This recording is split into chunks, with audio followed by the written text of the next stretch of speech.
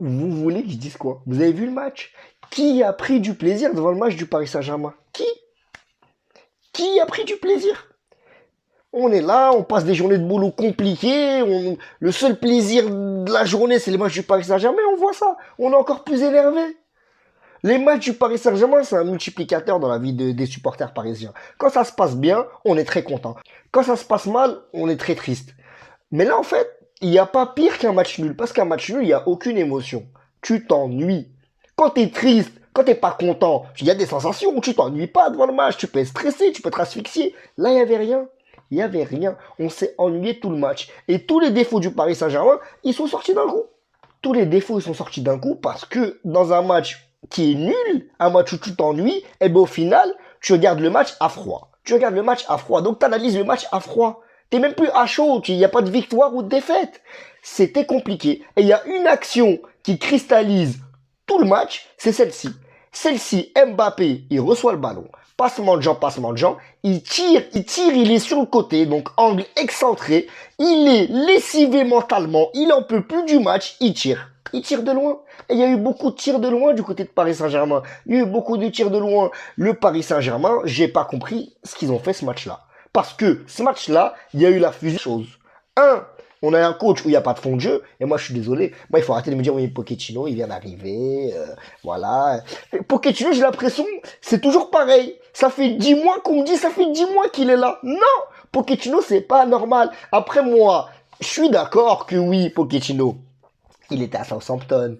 Il était à l'Espagnol de Barcelone. Il était à Tottenham. Mais c'est vrai qu'à Tottenham, d'ailleurs, c'était l'équipe qui courait le plus dans le championnat. C'était une équipe où il inculquait vraiment cette science du pressing, ce pressing haut qui prenait à la gorge un peu les opposants. On n'aimait pas jouer contre Tottenham, mais ça marchait à Tottenham. Au Paris Saint-Germain et Tottenham, c'est pas la même chose. Et du coup, ça nous amène à plusieurs profils de coachs. Il y a des coachs qui sont bons dans le long terme. Certainement Pochettino. Pochettino, tu lui donnes les clés d'une équipe, tu les laisses pendant le long terme. Il peut être bon.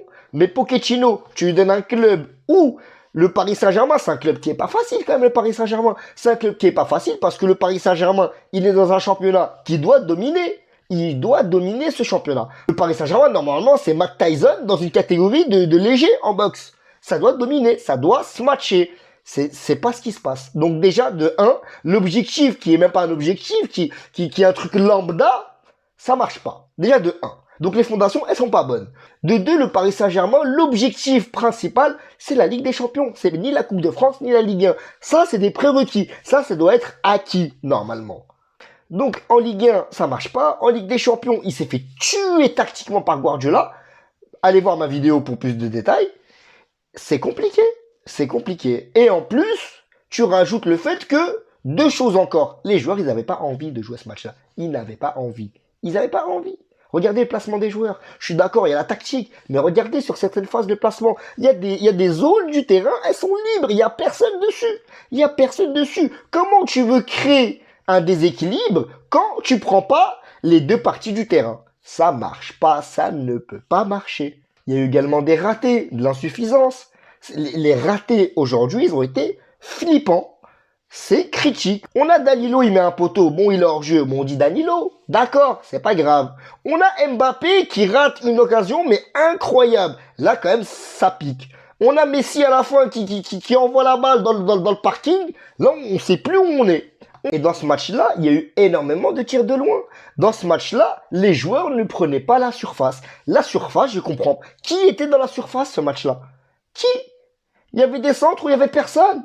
Mais même il y a un moment, il y a un moment pour appuyer ce que je dis quand même. On a Icardi qui rentre. Icardi, il rentre en neuf. Icardi, il rentre pour apporter du poids dans cette surface, pour justement déranger les défenseurs. Icardi, il rentre. Première action, qui coupe le centre? C'est Marquinhos. Icardi, il est rentré, première action, c'est Marquinhos qui coupe le centre. Même lui, il est en retard dans la surface. En fin de match, Mbappé lui met un centre, il est en retard également.